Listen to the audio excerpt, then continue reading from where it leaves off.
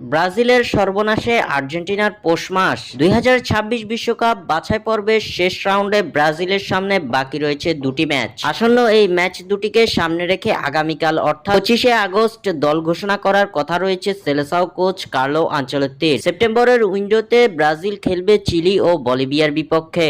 যদিও ইতিমধ্যে বিশ্বকাপের মূল পর্ব নিশ্চিত করে ফেলেছে ব্রাজিল, তবে নিয়ম রক্ষার এই দুই ম্যাচ খেলতে হবে সেলেসাওদের। আসন্ন এই ম্যাচ দুটিকে ঘিরে ভক্তদের মাঝে কাজ করছে বাড়তি উন্মাদনার, কেননা এই দুই ম্যাচের জন্য ইতিমধ্যে একটি প্রাথমিক স্কোয়াড ঘোষণা করেছেন ব্রাজিল কোচ কার্লো আনচেলত্তি। যেই স্কোয়াড ঘোষণার মাধ্যমে ইতিমধ্যে বেশ চমক দিয়েছেন এই কোচ। তরুণ ও প্রতিভাবানদের নিয়ে গড়া এই প্রাথমিক দলে আনচেলত্তি রেখেছেন ব্রাজিলিয়ান পোস্টার বয় নেইমার জুনিয়রকে। সম্প্রতি সান্তোসের জার্সি গায়ে নিজের ছন্দ দেখাচ্ছেন নেইমার। নিয়মিত পারফর্ম করার মাধ্যমে নেইমার নজর কেড়েছেন ইতালিয়ান মাস্টারমাইন্ড কার্লো আনচেলত্তির। আর তাই তো নেইমারকে প্রাথমিক স্কোয়াডে রাখার পর চূড়ান্ত স্কোয়াডেও ব্রাজিলিয়ান সুপারস্টারকে নিয়ে দল সাজানোর পরিকল্পনায় হাঁটছিলেন ব্রাজিলের এই কোচ।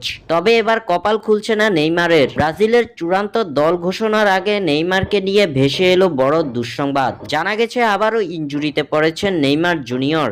গত বৃহস্পতিবার সান্তোসের হয়ে অনুশীলন করার পর নেইমারের উরুর একটি অংশ ফুলে উঠেছে। নেইমারের উরু ফুলে ওঠার ব্যাপারটি ইতিমধ্যে তার ক্লাব সান্তোস জানিয়েছে সিবিএফকে। ব্রাজিলিয়ান মিডিয়ার মতে নেইমারকে নিয়ে কোনো প্রকার ঝুঁকি নিতে চান না কার্লো আনচেলত্তি। আর তাই তো সামান্য অস্বস্তি অনুভব করলেও নেইমারকে স্কোয়াডের বাইরে রাখবেন কার্লো আনচেলত্তি। এমন খবরের পর ধারণা করা হচ্ছে এবারও ব্রাজিল দলে ফেরা হচ্ছে না নেইমারের, যা শুনে হতাশ হয়ে পড়েছে ব্রাজিলিয়ান ও নেইমার ভক্তরা। স্বাক্ষর থেকে সাদবিন ইসলাম।